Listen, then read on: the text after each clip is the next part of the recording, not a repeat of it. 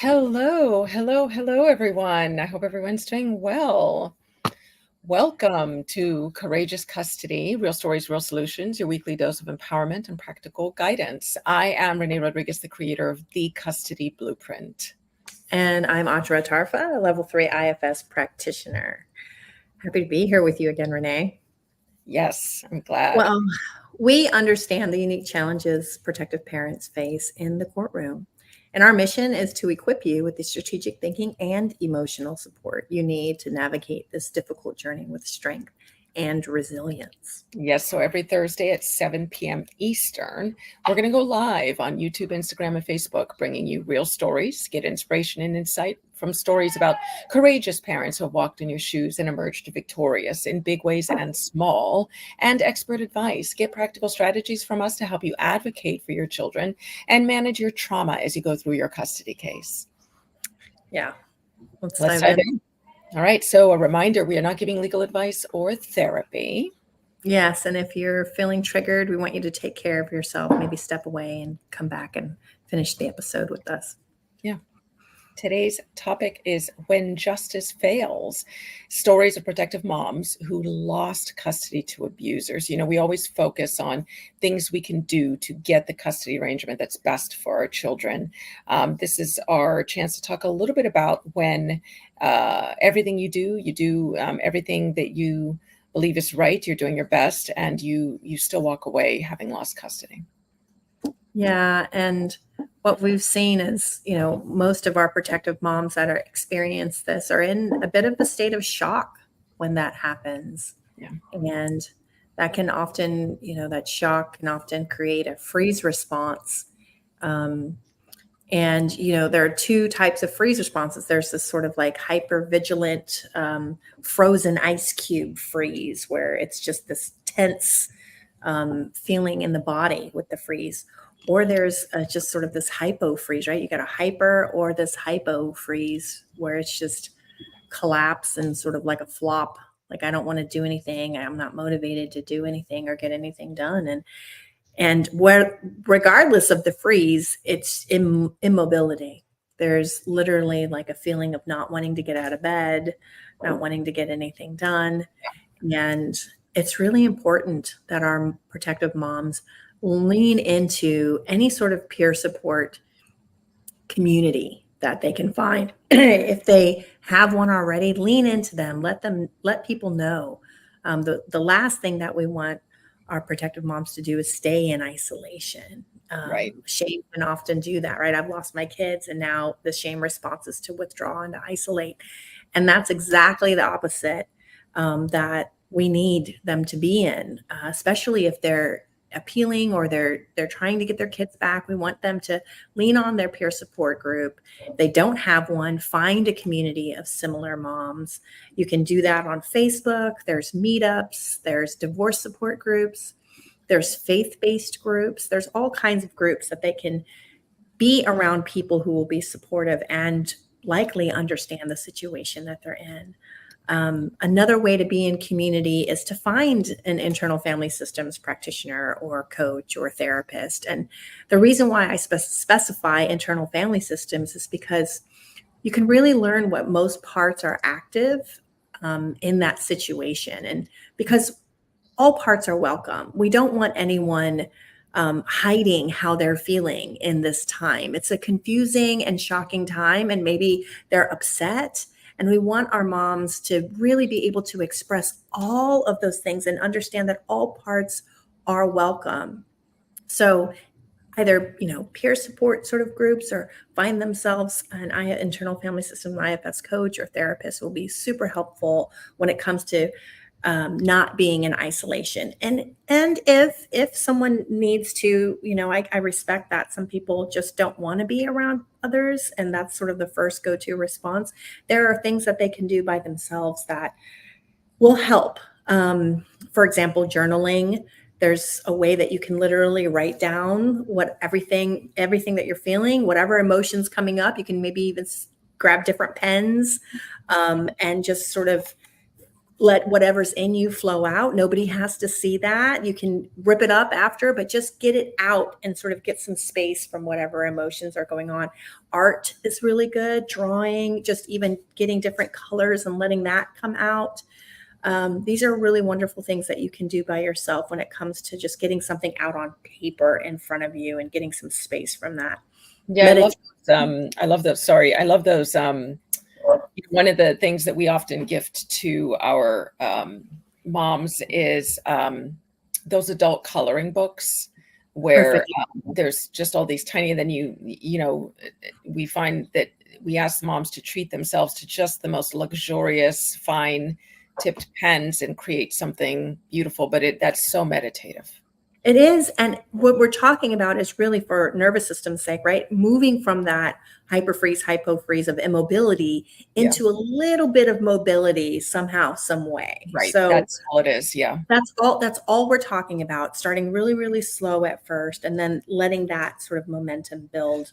Meditation is a good way to be by yourself Yeah. for some emotional, spiritual, and physical support. They've shown so much, studies have come out that have shown that taking time to meditate, just even 20 minutes a day of just sitting in calm, helps you to sort of get into that parasympathetic stage. And I also want to say meditation doesn't have to be just, sort of sitting there oming and just being calm all the time. Yeah. Meditation can be, there's meditation, movement meditation can occur as Yeah. well. And that's really helpful. We want to just sort of get into however the body flows. It's just taking time out for themselves. And I know that might be a shocker for some of our audience, but meditation isn't always just sitting and being still. It can be movement based too. And that Well, might. yeah, no, sorry. I was just going to say one of the things that we find is that for moms who have never meditated before, then what we like to, they can be afraid of meditation with the thought that it's some sort of sitting and being silent. And I think when there's been trauma of any kind, when you're coming from this type of situation, whether you have been through a successful custody battle or whether you have suffered this terrible loss, that silent meditation is just all your wheels are just going to be turning. And Right. so I tend to recommend for people who can't find that meditation isn't working for them or afraid of meditation to do guided meditation. And I really like Insight Timer. I know it's a little bit of an odd name, but I like that app for just freely going in and finding 10-minute, 20-minute, as you say, guided meditation so that you can kind of find that focus instead of the wheels turning, about everything that's Absolutely. going on. That's great. The movement meditation, Locke Kelly is someone who's been in this meditative movement space for a while, and people tend to respond well. And there's a lot of internal family systems guided meditation on Insight Timer. So I'm so happy you brought that up. Yeah. Yeah. Founder of IFS, Dick Schwartz, has a lot of them on there as well. But just the point of, what people think meditation is like, no, I don't want to sit there with my thoughts. It's really, again, not necessarily that. It's just sort of actually kind of getting out of your head often is what meditation can do. It actually works in conjunction with what you want to do, those small sort of spaces of movement. And, I can just a little bit of some of the neuroscience. If someone is someone who's very familiar with having sort of a critic mindset, and oftentimes we see this happening in protective moms who things don't go their way and the way that is best for the child, they end up having to deal with losing custody. Yeah. For whatever reason, right?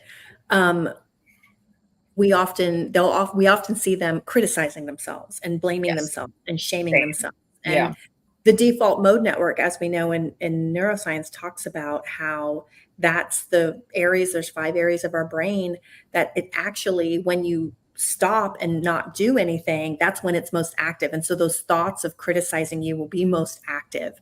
And so that's why, if you're wondering, oh, I can't sit still, I can't do that because my thoughts race, that's your brain wired that way. That's just how it is. And it's likely due to chronic, likely due to maybe complex PTSD or chronic trauma over time. And especially if they've been exposed to narcissistic abuse all their life.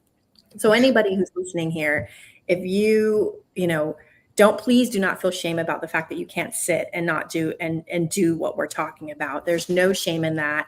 We completely have an immense amount of compassion and just want you to know that there are other ways to take care of yourself. Another way that you can take care of yourself is through exercise. That, again, small movements, right? 20 minutes. And then after 20 minutes, that serotonin, that endorphins, those things start to kick in. And we know those are hormones that produce a happy sort of effect in your body. And that's just hormones. And in a time where we feel a significant amount of loss, that can be quite helpful. So going on a walk in community with someone else, just getting up and moving, again, moving from immobility to mobility in any way. And another way, if you're not a big exercise person, is music, dance, right? You can listen to music, you can bob your head, music seems to always motivate. I was with my Motivate Us. I was with my son yesterday, and we were doing something at some public, I think we were at a bookstore, and a song came on the radio from like 20 years ago, and I knew every lyric. So music passes that blood-brain barrier and it stays in your system. And so it's really helpful to just sort of, remember even songs from a time where things weren't so horrible, right? And you weren't in this space. And so even that, like, just creating a playlist might be really helpful to help getting a person moving from immobility to mobility. So there's so many ways in community and individually that they can do to help themselves get out of bed. Yeah. And I think it's really, really important to also note that when, it can be tricky to feel like you deserve to try to feel moments of happiness, right? That's right. I think that we have to recognize that there is a sense of, yes, there's loss, yes, there's shame. There's also a sense of failure, like, how could I have let this happen? Now, these protective parents, children are now with the abusive parent more than they should be, right? Because that abuse fooled the court, or because the court had their biases, or whatever it may be. When we talk about loss, the question becomes, where I always start when we have clients who come to us, when we have moms or dads who are basically like already lost custody, what can I do? The first question that we ask is, let's define what you mean by lost, because there are parents who say, I was the primary caregiver and now we're at 50-50, right? And that is a loss. It is a terrible loss for the children to be in the abuser's home without that buffer, and it's also a terrible loss for the primary caregiver, who can no longer protect their child as much, all the way to the loss being that we now have a protective parent who is no longer allowed, who has no access to their child except maybe an hour a week, an hour a month, even sometimes. We've had a couple of parents who come to us who only have an hour of supervised parenting per month in a community center. And some of these community centers are lovely and well-equipped, and some of them just aren't as well-equipped, right? So these children are experiencing a loss from their primary caregiver. So it really depends on the case as to what to do next. So if we talk about what are next steps, the number one next step is to document toward a custody modification, right? And so the documentation is going to take place in different ways, right? There's the documentation of, here's how these children are suffering in the abuser's household. Here are the ways that I can prove. And again, it needs to be, I feel like I want to differentiate. When I use the word documentation, I am encompassing things that are hearsay and things that are evidence.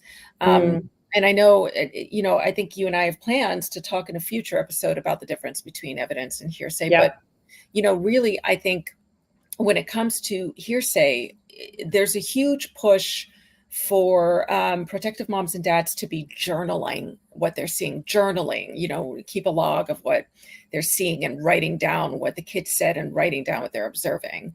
And I want to say that it's important to do that, but there's really only so much value that that's going to offer you. What it really comes down to is how much evidence can you bring forth? And look, a lot of these parents have lost their children in spite of evidence, in spite of hard, clear evidence, in the face of it, right? But I don't think that means that you throw out the baby with the bathwater. It still does come down to evidence. We see some of our, moms and dads get custody back by way of, there's a revolving door of judges, and a new judge comes in and says, "What happened here?" Right? What exactly? How did this even happen? It makes no sense, and that can change things, right?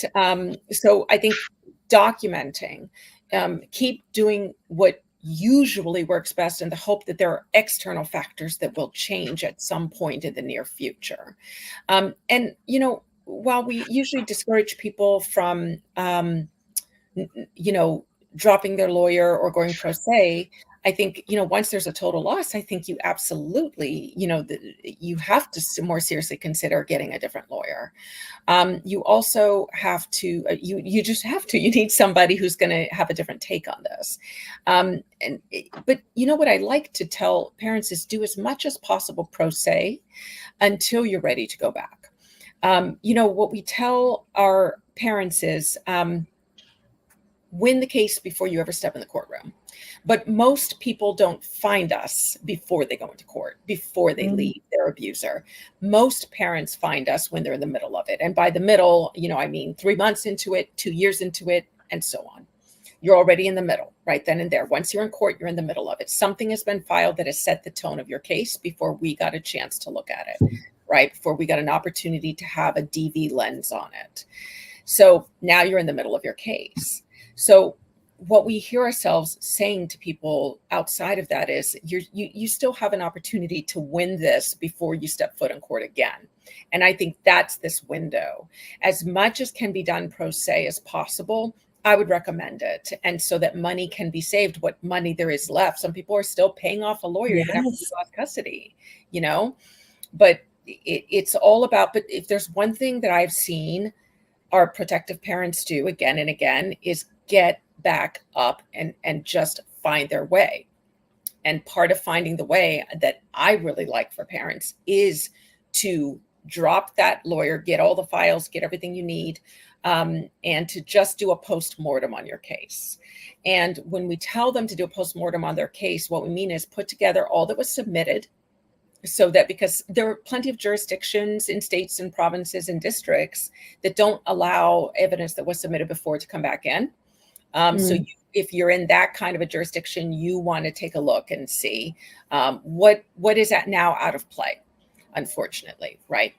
Then you want to scrutinize what all of the professionals and judges have said. Get the transcripts. And, one of the things that infuriates me is how much it costs to get transcripts.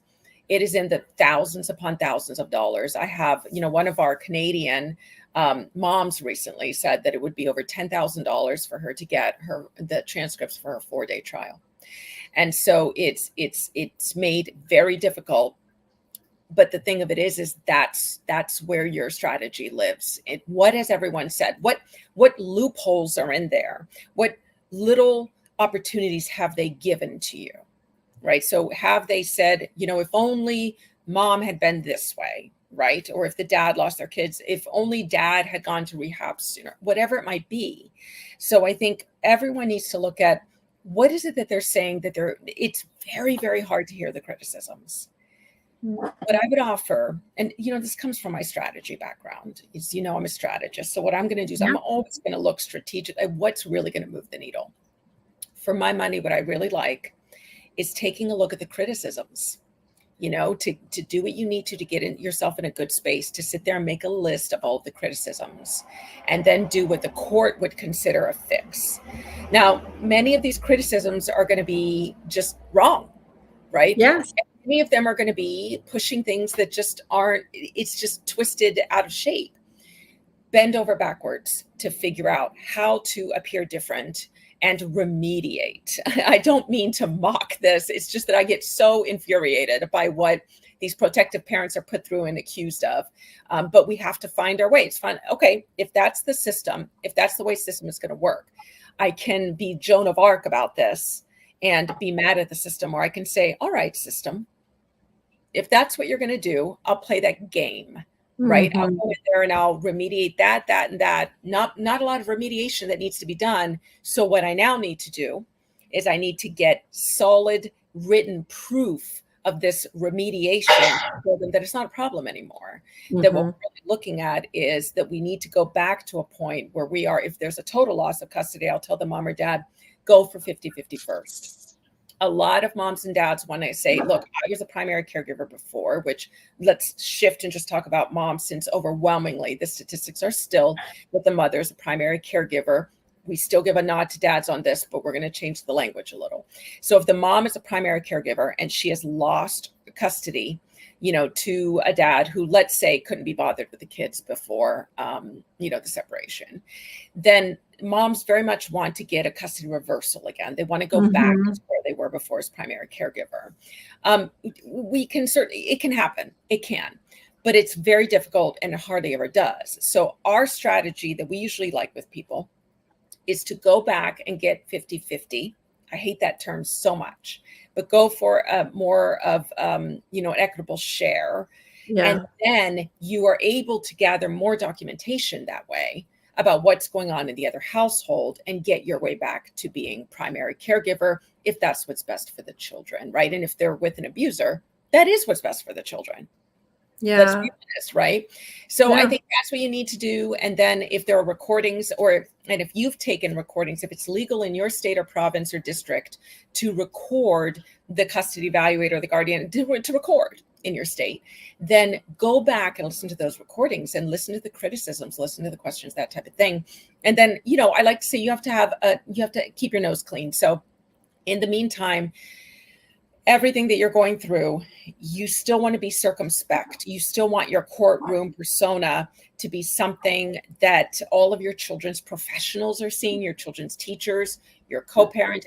You still want to treat yourself as if you are in a custody battle, because if you plan to go back and fight, even if you're not having an active case, you are still in a custody battle. And you That's should right. act as if you are still in an active case and you are still under the court's microscope, because everything that's gathered in between will be. Okay. Absolutely. Absolutely. I think that's so important because so many just sort of, oh, it's over, give up. And, if they're thinking, okay, I'm going to fight this later, granted, there's this time where they need to have a time to grieve. If they can Yes. fit in Yes. something about grief, there are courses out there on that. David Kessler does lovely work around grief and Oh, loss. yes. The Institute of Breath and Death does amazing stuff for, moms and dads who have lost custody. You know, um, there's Shadow. Oh my gosh, I can't think right now. There's a lot of wonderful workshops. Yeah, there are, and we want to encourage, our protective moms who've been through this situation to do that, and and really sort of do like what you said, like still treat it as though you are in, because you are in it to get your kids back, and you want to show the court that I'm good, and I'm going to do whatever I need to make sure that that happens. And I know that can be difficult, but it is possible. So I think that's all we have for today, though, right, Renee? Anything Yes, else? I think that there's just, yeah, that's all we have. And I think some of our takeaways, one of the things I just want to say is that um, whether I think most parents are going to keep fighting, and that's not wrong. And taking a Mm-mm, break is not wrong. And sort mm-mm. of just stepping back is not wrong. You have to Right. go with what you're going for at that time. And, beyond that, you have to find a way to get out of bed, journal, meditate, exercise, music. All of these things can help you just with the shock and the loss and the grief and the shame and everything that comes out of it. And then in Mhm. terms of what to do next, there's a lot. It depends on the case. You want to get somebody who can sit down and look at the specifics, but keep behaving as if it's still active, and go back and see if you can't get yourself, back to a shared custody and slowly move your way back up. Yeah.